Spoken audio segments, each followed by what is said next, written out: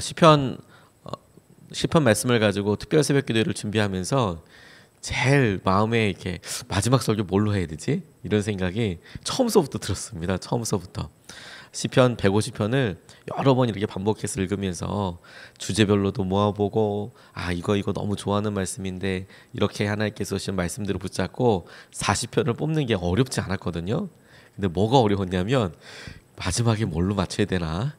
이 설교가 왜냐하면 좋은 말씀들이 너무 많으니까 하나님께 어떻게 지혜를 계속 구했습니다. 그런데 오늘 주님께서 이 104편 말씀을 통해서 이 40일 동안에 우리의 특별 새벽기도 시편을 계속 노래하면서 우리 마음의 고백과 우리 마음에 그래서 결단되어지는 일들에 대해서 우리가 집중하면서 마치면 제일 좋겠다 이런 생각을 하게 되었습니다. 하나님 주님 주신 마음이겠다 그런 생각을 참 많이 했습니다.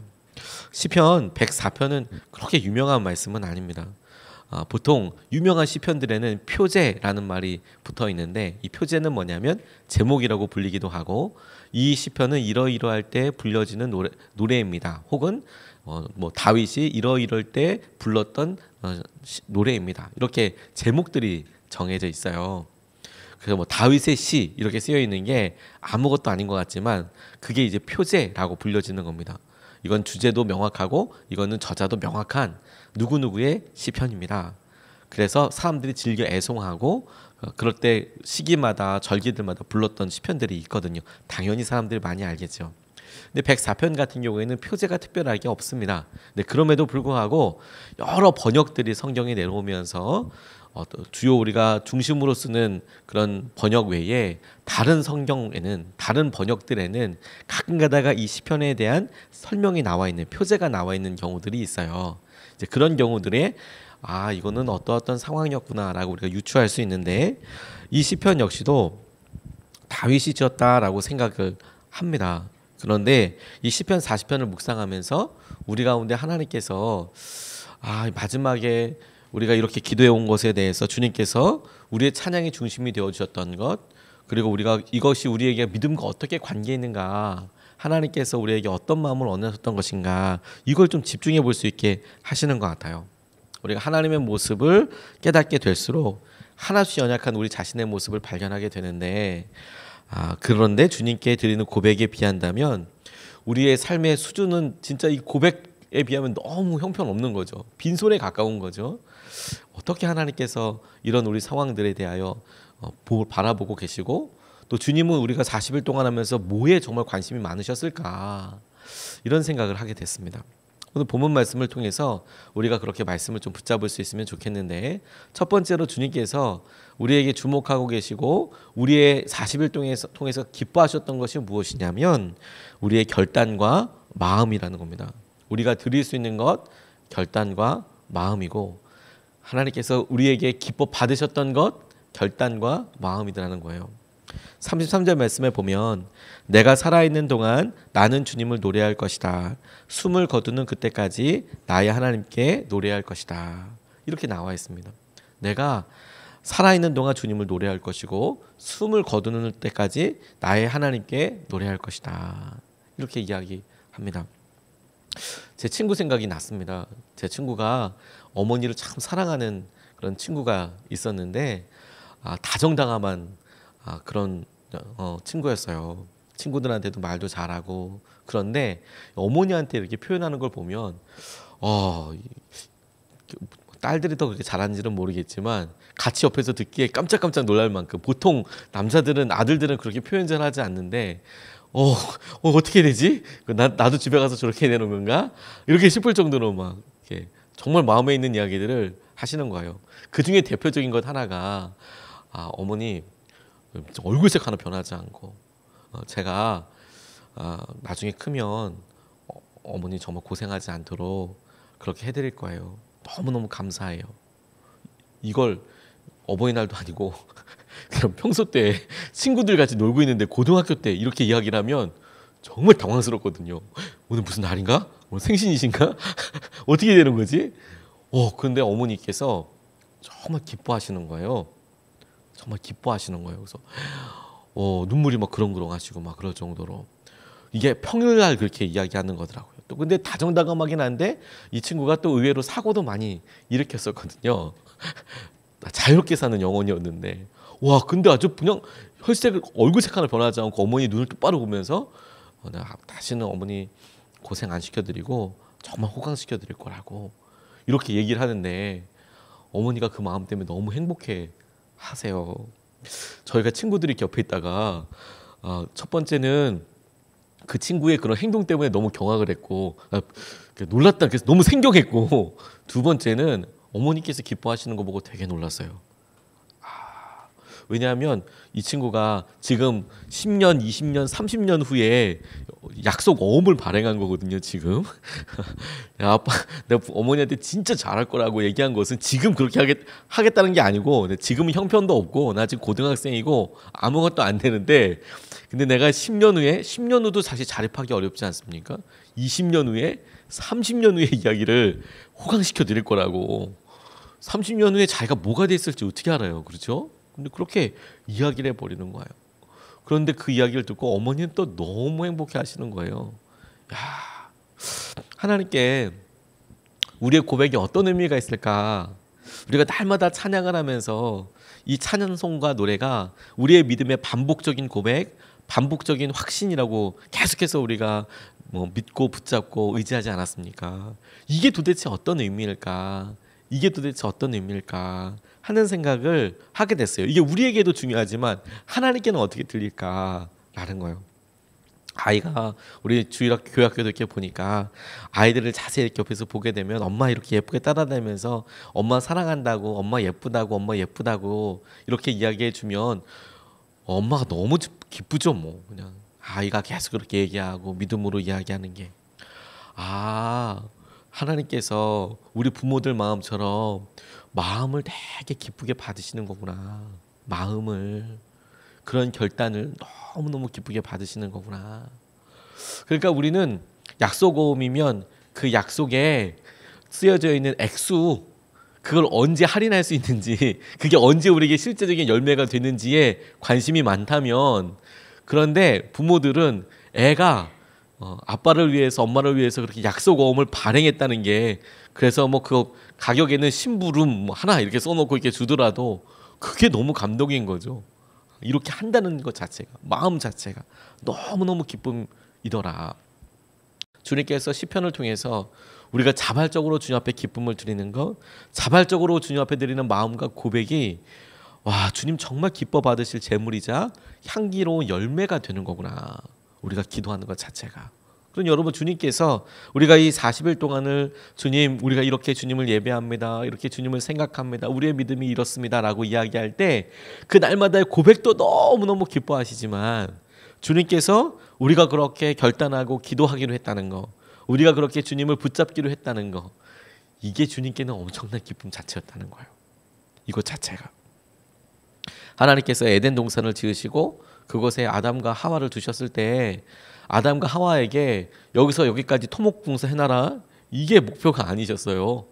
다 만들어 두시고 에덴 동산에서 다 이미 창조해 두신 것을 그 창조된 세상을 누리고 이 모든 은혜를 허락하신 하나님과 교제하면서 날마다 기뻐하기를 원하셨거든요. 날마다 그렇게 행복하게 보내자 이게 중심이셨어요. 여기까지 내가 했으니까 나머지는 네가 다 알아서 해라. 에덴 동산은 확실하게 네가 최고급으로 만들어야 돼 이렇게 얘기하지 않으셨어요. 우리의 마음을 원하셨죠. 근데 불행히도 우리가 하나님과의 관계가 우리 스스로의 죄에 의해서 깨트려지고 난 다음에 이 온전한 회복과 은혜를 경험하기 위해서 주님이 말씀하신 마지막 때까지 기다려야 하지만 우리의 죄로 인하여서 분명히 회복도 될 거고 분명히 그때가 오게 될 것이지만 우리가 이 땅에서 이런 연약한 모습으로 살 때는 여전히 한계들이 있지요. 그래서 우리가 실제로 느끼는 삶과 차이가 있을 때라도 하나님께서는 여전히 처음에 그 마음처럼 우리의 마음 자체를 너무너무 기뻐하세요.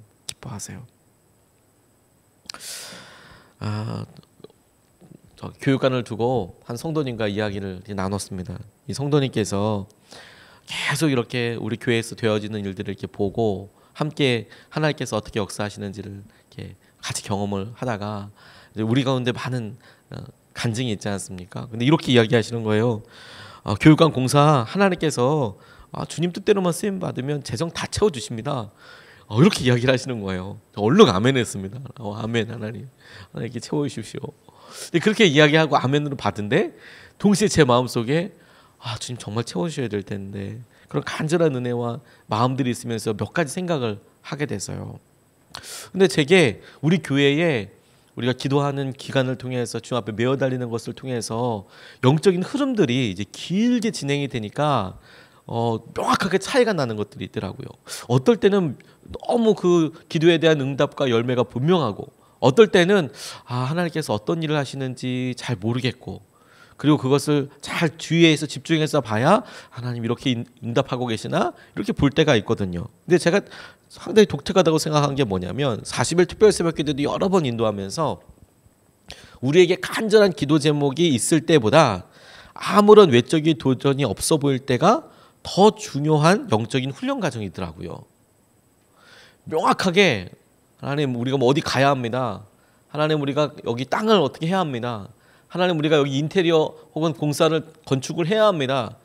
우리 삶에 하나님 우리가 아파트가 나가야 됩니다. 하나님 우리 자녀들이 이번에 시험을 봐야 되는데 하나님 잘 봐야 합니다. 취직이 돼야 합니다. 하나님 이렇게 돼야 합니다. 명확할 때는 기도도 쓰이고 마음도 쓰이고 결단도 되고 그런데 정말 중요한 게 믿음이 언제 나오냐면 뭘 해야 하지? 하나님께서 보여지는 이런 그런 이슈나 문제들보다 우리 마음의 평안 그리고 내가 이런 것들에 대해서 스스로 계속 동기부여하고 믿음으로 나아가게 될 때 사실 이때 우리가 더 믿음으로 많이 자라게 되더라고요. 그 여러 일들이 풍성하게 심겨지는 일들이 많다는 것을 보게 해주셨어요. 40일 작정하면서 교육관 놓고 이렇게 기도하면서 하나님께서 그분 통해서 제게 이렇게 알게 해주시더라고요. 채워주시지. 그런데 제 마음속에 우리가 드릴 것이 이렇게 마음으로 확신을 가지고 나아가는 것을 하나님께서 기뻐 받으시는 거구나. 항상 보니까 이렇게 기도 시작할 때 그때부터 주님께서 뭘 이렇게 실마리를 보여주시고 이렇게 될 거야 이렇게 알려주신 적은 많지 않고 주로 처음에 기도할 때에는 잘 모르겠고 어떻게 될지 감도 잡을 수 없고 근데 일단 시작하고 나면 하나님께서 지나놓고 나면 그때 하나님께서 그렇게 응답하여 주시고 역사하여 주시고 붙잡아 주신 거구나. 그렇게 생각해 보면 주님께서 이 모든 기간 동안 우리에게 주님이 기도를 열매로 누리게 하여 주실 때 보게 해 주실 때도 있었지만 정작 하나님 마음에서 하나님 관점에서 가장 기뻤던 때는 우리가 이것을 기도하기로 결정했을 때 이것을 믿음으로 반응하기로 결정했을 때 오늘 시편의 기자가 이야기하는 것처럼 내가 주님을 죽을 때까지 끝날까지 노래할 겁니다. 찬양할 겁니다. 그의 고백이 진짜 죽을 때까지 찬양을 했는지는 모르겠지만 하나님이 그 고백을 너무 기쁘게 그의 평생의 고백으로 받아주시더라는 거예요. 우리가 40일 동안 통해서 이것을 주님 앞에 올려드릴 수 있으면 좋겠다. 하나님 우리가 계속해서 주님을 예배하고 노래하고 찬양하는 삶을 살기 원합니다. 이게 첫 번째 주님께서 우리에게 주는 기도 제목이라고 싶습니다. 두 번째로 우리에게 주목하게 하시는 것은 뭐냐면 주님이 마음을 받아주신다면 충분하다는 거예요. 주님이 마음을 기뻐 받으신다는 것과 우리에게도 주님 그렇다면 우리의 마음을 알아주신다면 우리에게도 충분합니다. 우리도 그게 충분합니다. 34절 말씀에 보면 내 묵상을 주님이 기꺼이 받아주시면 좋으련만 그러면 나는 주님의 품 안에서 즐겁기만 할 것이다. 이렇게 이야기하고 있습니다. 34절과 같은 표현은 분명 하나님께 직접 드리는 그런 표현은 아니라고 생각이 듭니다. 그게 무슨 말이냐면 오히려 자기 자신에게 하는 독백이라고 이야기할까요? 자기 자신으로 스스로 선포하는 주님께서 정말 내 마음을 내 묵상을 알아주시면 참 좋겠다. 그렇게만 한다면 내가 진짜 그것만 기쁠 것 같아. 그것만 즐거울 것 같아. 이렇게 스스로 하는 이야기처럼 보이는 거죠. 내가 누구에게 하나님께 얘기한다면 하나님 그걸 알아주십시오. 저는 그럼 기쁠 겁니다. 이렇게 표현할 텐데 그게 아니라 내 묵상을 주님이 기꺼이 받아주시면 좋으련만 그러면 나는 주님의 품 안에서 즐겁기만 할 것이다. 이렇게 스스로 이야기하는 거거든요. 찬양과 고백을 통해서 볼 수 있는 혹은 만질 수 있는 응답이나 어려움에서 벗어나고 또 속박에서 풀려나게 되는 결과들 이런 데 집중하기보다 하나님께서 알고 계신다. 하나님이 이거 모든 거 다 알고 계셔. 그 사실을 신뢰하는 것을 통해서 누리게 되는 즐거움이 더 크다는 거예요. 지금 하나님 이렇게 기도하고 간절히 내가 주님을 찬양하게 되는데 이래서 내 삶의 어려운 문제들이 해결되고 그래서도 기쁘지만, 그런데 내가 이렇게 어려움을 주님 앞에 구하고 주님께서 이것을 응답해 주십시오라고 간절히 구할 때 주님이 듣고 계셔. 주님이 다 해결해 주실 거야. 그걸 내가 믿게 된 거예요. 그걸 내가 신뢰하게 된 거예요. 그러면 너무 기쁘겠습니다. 하나님, 그거면 충분하겠습니다. 그게 제 평생의 즐거움이고 기쁨이다라고 노래하고 있는 거거든요. 주님께서 우리의 진심을 받아주신다면, 우리의 마음의 고백을 받아주신다면 다른 건 바라지도 않는다. 하나님, 그러면 충분합니다. 주님, 그러면 감사합니다. 앞으로 우리에게 어려움이 전혀 없을 수는 없겠죠. 그런데 주님께서 지금과 같이 우리의 마음을 우리에게 말씀하시고 인도하여 주신다면 그러면 충분하겠습니다. 하나님, 그러면 감사하겠습니다. 그게 이 시편 기자가 고백하고 노래하는 겁니다. 저는 40일을 마치면서 주님께서 우리에게 뭘 하셨나, 어떤 것들을 대표적으로 응답을 주셨나, 이런 것들을 묵상해 보게 되었습니다. 항상 이 마지막 주에는 그런 기도와 마음을 참 많이 집중하게 되는 것 같아요. 하나님께서 어떻게 응답해 주셨나. 제게 있어서 마치 이게 보물찾기 하는 느낌이고 부활절에 계란 찾는 느낌이고 그래요. 왜냐하면 처음서부터 그런 건 아니었습니다. 저희가 처음 특별 새벽기도 시작할 때 처음에 시작은 뭐 어떻게 될 거지, 어떻게 간절히 응답이 있어야 돼, 이렇게 생각도 못했어요. 당장 할 게 없으니까 예배 주일날에도 모일 수 있는 장소도 없고, 다 모든 것을 배려해 주신다고 하셔도 9시에 예배 드리고 속회 모임도 12시 전에 다 끝나고, 그래서 저도 12시 이후에는 뭐 할 게 없는 거예요. 가 있을 데도 없고. 그렇게 다 이렇게 하다 보니까 뭘 해야 될까? 성도들과 같이 얼굴에도 모이고 장소라도 있어야 뭐 그 다음 얘기를 할 텐데 새벽 예배 하자. 그게 뭐 다른 뭐 돌파구라기보다 그냥 새벽 예배 하자. 새벽 예배 열심히 하자. 특별 새벽 기도 하자. 그렇게 하는데 하나님께서 그 기간 동안에 마음의 여러 소원들을, 약속의 땅을 향하여 갈 수 있는 방법들을 알려주시고 보여주시고 그렇게 함께 해주시더라고요. 그 계약도 덜컥하게 해주시고, 그게 기도한 지 얼마 되지도 않았을 때예요. 그리고 예상도 못할 때 하나님께서 보여주시고 알게 해주시더라고요. 그 다음에 40일 특세 기도하는데 덜컥 계약은 하고 났는데, 하나님 그 잔금은 어떻게 할까요? 그거 잔금은 이건 뭐 우리가 상상할 수 없는, 그때 당시에 우리로서는 상상할 수 없는 그런 금액이고 그랬는데 하나님께서 계약도 덜컥하게 해주시고 대출이나 뭐 이런 일들이 하나님께서 만나게 해주시고 그냥 마치 그렇게 준비되어 있는 것처럼 정말 평안하게 술술술술 다 풀려지는 거예요.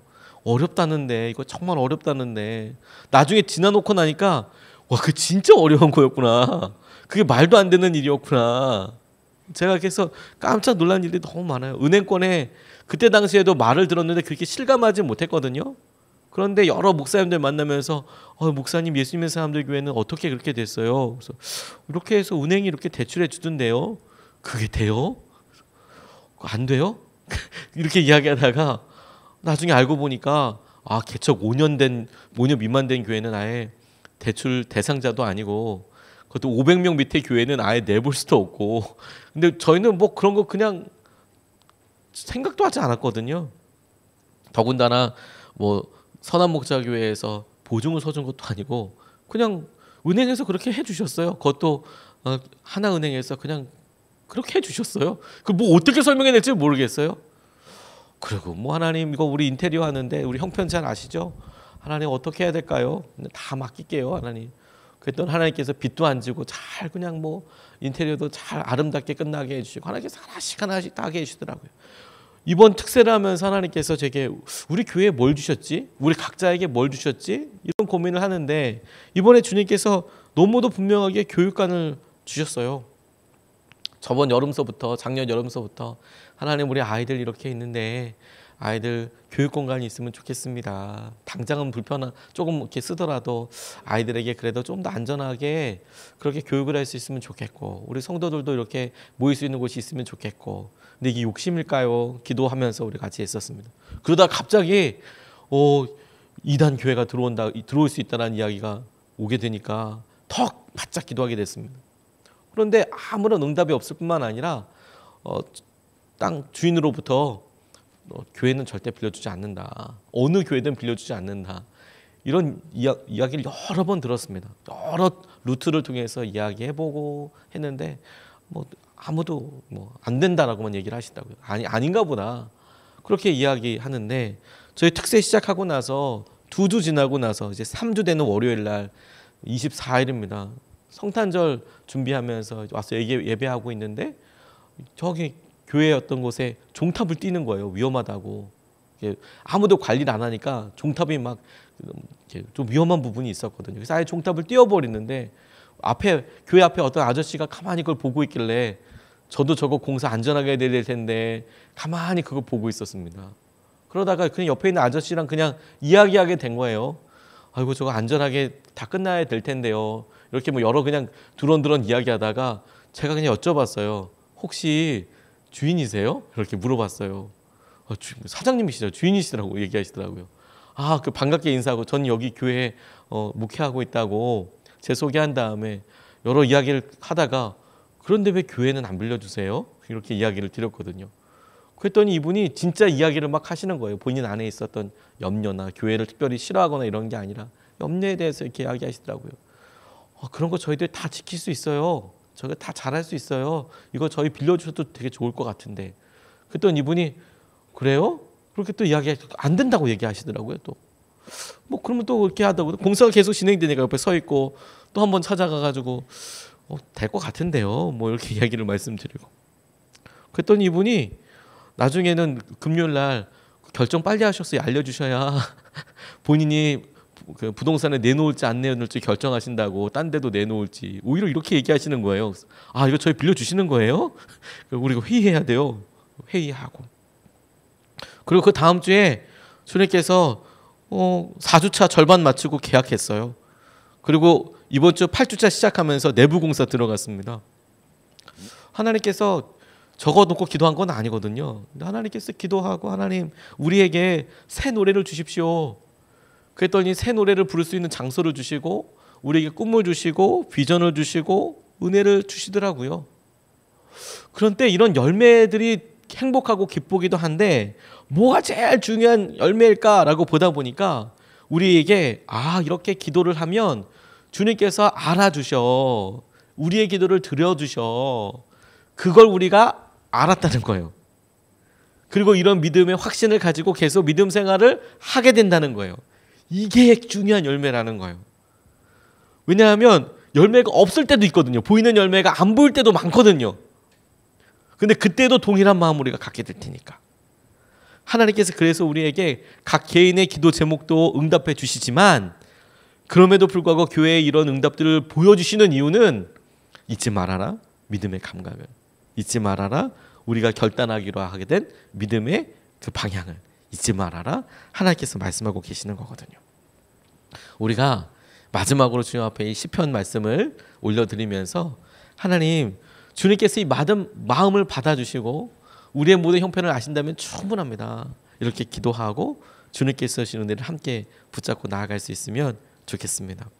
오늘 2가지 말씀을 같이 나눴는데요. 첫 번째는 우리가 드릴 수 있는 것이 결단과 마음이더라. 두 번째, 주님이 마음을 받아주신다면 충분하더라. 우리가 오늘의 암송, 우리가 이 말씀을 3번 반복해서 같이 읽겠습니다. 내가 살아있는 동안 나는 주님을 노래할 것이다. 숨을 거두는 그때까지 나의 하나님께 노래할 것이다. 내가 살아있는 동안 나는 주님을 노래할 것이다.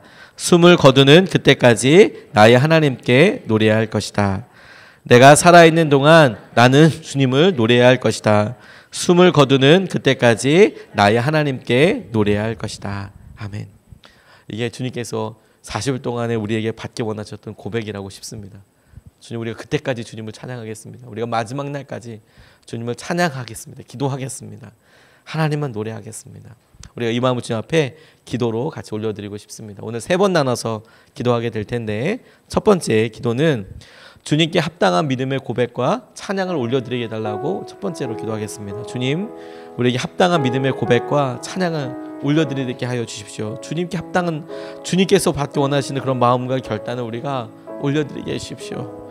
우리의 마음을 감동하여 주셔서 주님이 원하시는 그 마음으로 반응하게 하여 주시고, 그런 결단으로 주님을 기쁘게 하여 주시고, 우리의 삶이 실제로 그렇게 되게 하여 주시옵소서. 우리가 첫 번째로 같이 기도하시겠습니다. 아버지 하나님 사랑합니다.